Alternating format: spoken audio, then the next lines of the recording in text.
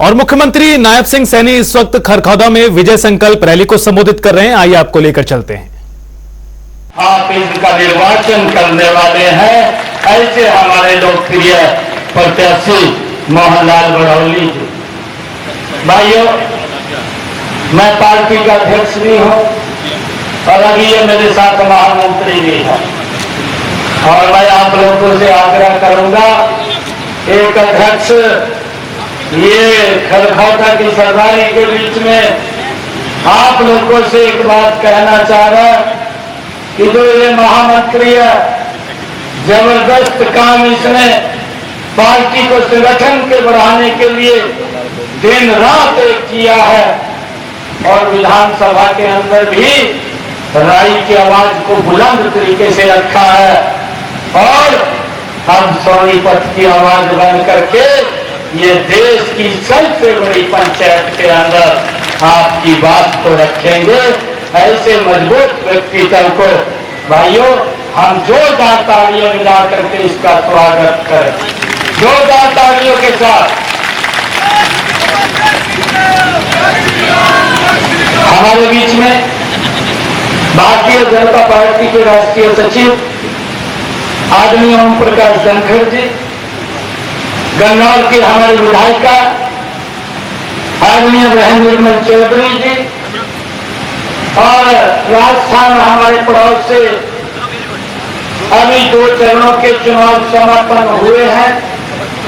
उन चुनावों के बाद जो पिक्चर इन्होंने क्लियर की है, इन्होंने क्लियर की है कि जो देश बोल रहा है कि अब की बार मोदी जी 400 पार सीटें जीत करके तीसरी बार प्रधानमंत्री बनने वाले हैं।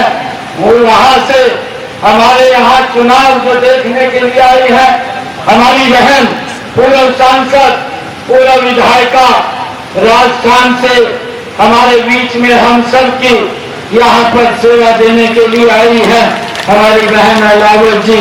इनका जोरदार तालियों से इनका भी स्वागत करिए। हमारे जिला के अध्यक्ष जसवीर देवड़ा जी, हमारे इस लोकसभा के प्रभारी जोहार सैनी जी, हमारे भारतीय जनता पार्टी के वरिष्ठ नेता देवेंद्र कौशिक जी, देवेंद्र काद्यान जी, सतीश नांदल जी, श्रीमती मोनिका दैया जी, राजीव जैन जी, पूर्व जिलाध्यक्ष तीर्थ सिंह राणा जी, बहन मीना नरवाल जी, योगेश्वर दत्त जी, प्रदीप चांदवान जी, राजवीर दैया जी, हमारे चेयरमैन सत्येंद्र दैया जी और हमारे भारतीय जनता पार्टी के प्रदेश के सचिव उमेश शर्मा जी, बबीता दैया जी, प्रीतम खोखर जी और हमारे वीरेंद्र जी, जो हमारे आप लोगों की सेवा में एक ओएसडी के तौर पर वो लगातार आप लोगों का काम देखते हैं। आप लोगों तक वो जो समस्याएं होती हैं उनका समाधान करने का काम हमारे देवेंद्र जी करते हैं। और आज मुझे इस पवित्र भूमि पर जहां दादा खुशहाल सिंह जी की, दहिया जी की प्रतिमा लगी हुई है, जिन्होंने शीश का एक बलिदान, जो बड़ा बलिदान है, वो देने का काम किया, उनकी प्रतिमा यहाँ पर लगी हुई है। मैं उनको प्रणाम करता हूँ, उनको नमन करता हूँ। चौधरी टीकाराम जी, जो शिक्षा जगत के अंदर जिन्होंने अहम भूमिका अदा की है, और हमारे मेहर सिंह जी जो कवि रहे हैं, उन्होंने भी इस क्षेत्र के अंदर एक बड़ी भूमिका अदा की है। ब्रिगेडियर होशियार सिंह जी, जो जिनको भारत जिनको दिया गया है, ऐसे महान विभूतियों की यहाँ पर प्रतिमा लगी हुई है। मैं उन सबको भी नमन और प्रणाम करता हूँ। मित्रों, चुनाव चल रहा है। 25 मई को हमने देश की सबसे बड़ी पंचायत का चुनाव करना है और मैं पूरे प्रदेश के अंदर घूम रहा हूं और अन्य राज्यों के अंदर भी जाने का मुझे मौका मिल रहा है। भाइयों, जहां पर भी जाता हूं, जो उत्साह, जो जोश लोगों का देखने को बनता है, भाइयों एक ही बात लोग बोलते हैं कि अब की बार नरेंद्र मोदी जी 400 पार सीटें लेकर के तीसरी बार इस देश का प्रधानमंत्री बनाने का काम करेंगे। भाइयों, क्यों न बोले? ये 10 वर्ष का कार्यकाल, अगर दूसरी तरफ हम देखें 55 वर्ष का, 60 वर्ष का कार्यकाल, भाइयों अगर उसका अंतर हम देखें, एक जमीन आसमान का अंतर हमें नजर आता है। नरेंद्र मोदी जी ने इन 10 वर्षों में हर वर्ग के लिए काम किया है। आज अगर हम देखते हैं, आज युवाओं को एक बड़ा विश्वास देने का काम हमारी इस डबल इंजन की सरकार ने किया है। आज किसान को मजबूत करने का काम इन 10 वर्षों के अंदर ये नरेंद्र मोदी की सरकार ने किया है। भाइयों, महिलाओं को सशक्त करने का काम इन 10 वर्षों के अंदर ये नरेंद्र मोदी की सरकार ने किया है। और भाइयों, गरीब को मजबूत करने का काम इन 10 वर्षों के अंदर ये नरेंद्र मोदी जी ने किया है। भाइयों, जब इतने काम हो रहे हैं और जब देख रहे हैं, आज देश भी इसका आंकलन कर रहा है कि 55 साल तक, 60 साल तक कांग्रेस सत्ता के अंदर रही है, परंतु जिस गति से देश को आगे बढ़ना चाहिए था उस गति से देश नहीं बढ़ पाया है। इन 10 वर्षों के अंदर नरेंद्र मोदी जी के नेतृत्व में देश दुनिया के अंदर एक नई पहचान के रूप में उभर करके सामने आया है। इस बात को देश का हर नागरिक बोलना है। भाई, हर घर के अंदर, हर चौपाई के ऊपर, हर नगर वार्ड के अंदर आज की चर्चा है नरेंद्र मोदी जी के नेतृत्व में एक नया भारत, एक सशक्त भारत, एक मजबूत भारत भाइयों इन 10 वर्षों के अंदर हमें मिला है। मैं आपको बताना चाहता हूं, क्योंकि हमने इस बात से भी सचेत रहना है, जब इतने काम नरेंद्र मोदी जी ने 10 वर्षों में किए हैं तो कांग्रेस को लगने लगा है कि भाई अब हमारी दाल गलने वाली नहीं है, अब तो झूठ का ही सहारा लिया जाए और तरह तरह के झूठ बोल करके लोगों को बरगलाने का काम कर रहे हैं। मैं खरखौदा की सरदारी से आज ये कहना चाहूंगा कि हमने कांग्रेस के उस झूठ से भी बचना है और औरों को भी बचाना है। आज देश का जो नेतृत्व है वो नेतृत्व भी सही है, देश के हमारे नेता की नीति भी सही है, हमारे नेता की नीयत भी सही है। अगर हम कांग्रेस की तरफ देखें, ना उनकी नीति ठीक है, ना उनकी नीयत सही है, नेतृत्व का तो आज तक पता नहीं है कि नेतृत्व कैसा है। स्वाही भाइयों, राहुल गांधी पिछली बार अमेठी से चुनाव लड़ रहा था और वहां से बोलता था कि हमारी ये 35 सीट है, परंतु देश के लोगों ने मात्र 5 सालों के अंदर नरेंद्र मोदी जी के कार्य को देखा और जब उस कार्य को देखा तो राहुल गांधी को लगने लगा कि मैं अमेठी से नहीं जीत सकता और अमेठी से छोड़ करके वायनाड चला गया। और भाइयों, जब वायनाड के लोगों ने देखा कि यहाँ तो खाली घोषणाएं हैं, कोई काम नहीं करते हैं, भाइयों अब वायनाड भी छोड़ करके अब रायबरेली की तरफ भाग लिया। भाइयों, भागने में लगे हुए हैं, सफाई का ही नहीं है। और मैं आप लोगों से अपील करूंगा कि जब 25 मई को आप वोट करेंगे, ये देश वोट करेगा, 4 जून को रिजल्ट आएगा, ये कांग्रेस कहीं दिखाई नहीं देगी, ये तो भागी गई है, भागती हुई दिखाई दे रही है। भाइयों, ये देश का भला नहीं कर सकते, ये तो अगर भला करते हैं ये तो अपना ही भला करते हैं। कितने लंबे समय तक देश के ऊपर ताबीज रहे हैं, देश के ऊपर शासन किया है। भाइयों, इन्होंने अब एक नया शगुफा छोड़ा है, ये राहुल गांधी समय समय के ऊपर छोड़ता है। मैं आपको बताना चाहता हूँ, हमारी बहन अलावल जी ये राजस्थान से आई है।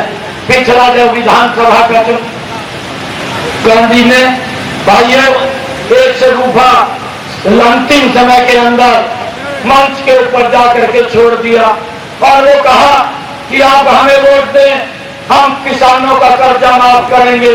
परंतु 5 साल किसी किसान का कर्जा माफ नहीं हुआ और उसका उल्टा दुष्परिणाम वो किसान को राजस्थान के भुगतना पड़ा। 4000 किसानों ने वहां आत्महत्या की, 16,500 किसानों की भूमि ये कांग्रेस के लोगों ने कुर्क कर दी। इसका ये दुष्परिणाम वहां के किसानों को भुगतना पड़ा। और भाइयों, अभी मैं देख रहा था हिमाचल के अंदर भी इन्होंने एक झूठ बोल दिया और झूठ बोल दिया कि हम हर साल 1 लाख नौकरियां देने का काम करेंगे। भाइयों, मैं अभी एक हमारे पत्रकार महोदय वहां के मुख्यमंत्री का इंटरव्यू ले रहे थे, आप लोग भी देख रहे होंगे। तो वो इंटरव्यू पत्रकार पूछ रहा था मुख्यमंत्री को कि आपने वादा किया है कि 1 लाख नौकरी हर वर्ष देंगे, आपकी सरकार को 1 साल पूर्ण हो गया है, कितनी नौकरियां दी? और वहां के मुख्यमंत्री जो कांग्रेस के हैं वो बोल रहे कि हमने तो कोई वादा नहीं किया। और भाइयों, उस सीडी को, उस बात को जब प्रियंका वाड्रा ने हिमाचल में जाकर के बोली कि हम 1 लाख नौकरियां देंगे, झूठ बोल करके भाइयों वोट ले लेते हैं और फिर वहां से भागने का काम करते हैं। और अब राहुल गांधी ने एक नया शगुफा छोड़ दिया और कहने लगा कि मैं एक झटके के अंदर गरीबी को समाप्त कर दूंगा। भाइयों, इसके पास कौन सा दिन का चिराग है? ये कौन सा ऐसा चिराग का जिसको ये रगड़ करके देश की गरीबी को समाप्त कर देगा? अरे अपने पूर्वजों की तरफ देखिए, इसकी दादी इंदिरा गांधी ने 1970 के दशक के अंदर गरीबी हटाओ का नारा दिया था। भाइयों, 35-55 सालों में भी गरीबी नहीं हटी। लोगों का वोट लेते रहे, लोगों का शोषण करते रहे। और भाइयों, अपने पिताजी की तरफ भी राहुल गांधी को देखना चाहिए था। उनके पिताजी ने कहा था, मैं तो 1 रुपया दिल्ली से भेजता हूँ, 15 पैसे खरखौदा में लगते हैं और 85 पैसे का और खा जाता था, इसकी चिंता आपने नहीं की। और ये बोलता है कि मैं एक झटके के अंदर गरीबी को समाप्त कर दूंगा। अरे गरीबी के प्रति तो अगर मजबूत लड़ाई किसी ने लड़ी है तो वो नरेंद्र मोदी जी ने लड़ी है। आज गरीब व्यक्ति को 5 लाख रुपए का आयुष्मान कार्ड देने का काम किया है। आज गरीब व्यक्ति को और माताओं बहनों को जिनके घर के अंदर गैस का कनेक्शन सिलेंडर नहीं था, भाइयों गैस का कनेक्शन सिलेंडर पहुंचाने की व्यवस्था इन्हीं 10 वर्षों के अंदर नरेंद्र मोदी जी ने की है। भाइयों, इन्हीं 10 वर्षों के अंदर नरेंद्र मोदी जी ने और माताओं बहनों के घर के अंदर जिनको शाम ढलने का, सूरज ढलने का इंतजार करती थी, 11 करोड़ 11.5 करोड़ भाइयों शौचालय बना करके उनको इज्जत घर देने का काम अगर किसी ने किया है तो नरेंद्र मोदी जी ने 10 वर्षों के अंदर किया है। नरेंद्र मोदी जी ने भाइयों देश के 55 करोड़ लोगों का जनधन खाता खोल करके उनको बैंक में जाने का अधिकार अगर सम्मान किसी ने दिया है तो नरेंद्र मोदी जी ने दिया है। और इन सब बातों का उपहास, इनका मजाक उड़ाने का काम ये कांग्रेस के ही लोगों ने किया, परंतु काम नहीं किया। भाइयों, इस बात को हमने समझना है। नरेंद्र मोदी जी ने प्रधानमंत्री आवास योजना के तहत 4 करोड़ बहनों को, भाइयों को मकान बना करके चाबियां सौंपने का काम लगातार हमारी सरकार कर रही है। वो देने का काम इस 10 वर्षों के अंदर नरेंद्र मोदी की सरकार ने किया है। भाइयों, मुझे खुशी है कि गरीबी के प्रति ये मजबूत लड़ाई ये नरेंद्र मोदी जी ने लड़ी है। भाइयों, सोनीपत का एरिया, ये हमारा जो रोहतक सोनीपत और रेवाड़ी की तरफ, जैसे की तरफ अगर हम जाते हैं, भाइयों मैं तो देखता था 2014 से पहले हमारी माताएं बहनें सर के ऊपर मटका रख करके 1-1 किलोमीटर 2-2 किलोमीटर से पीने का पानी लेकर के आती थी। परंतु नरेंद्र मोदी जी ने इन्हीं 10 वर्षों के अंदर काम किया है। हर घर के अंदर नल और स्वच्छ जल पहुंचा करके भाइयों बहनों को सम्मान देने का काम किया।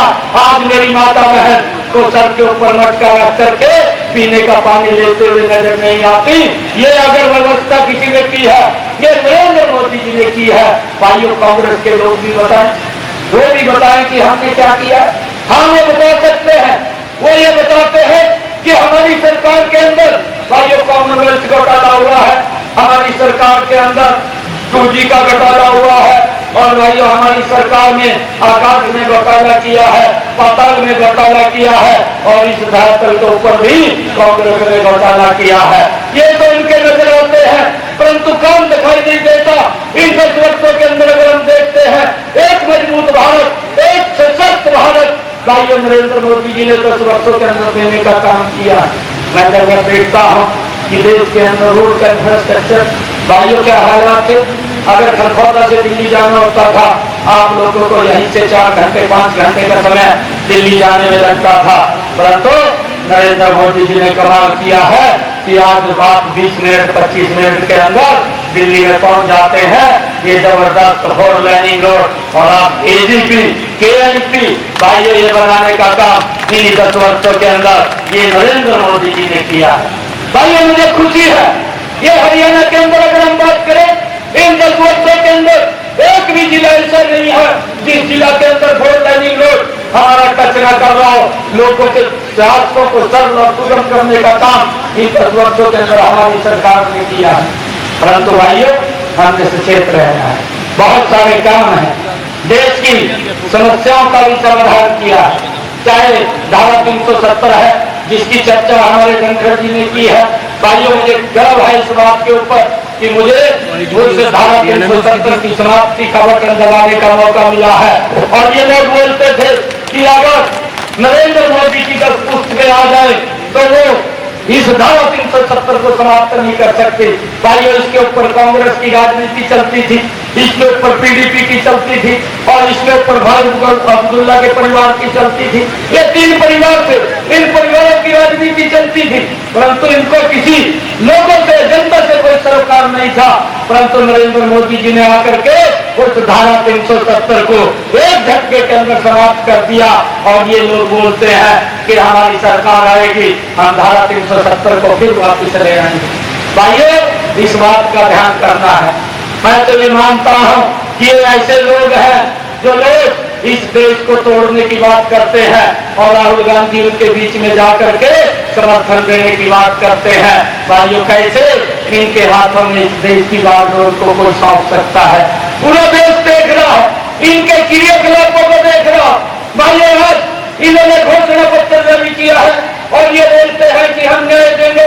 अरे आपने तो न्याय किया है देश के लोगों के साथ और लगातार 55-60 साल तक का न्याय करते रहे। न्याय तो नरेंद्र मोदी जी ने देने का काम किया है। भाइयों हमें गर्व है।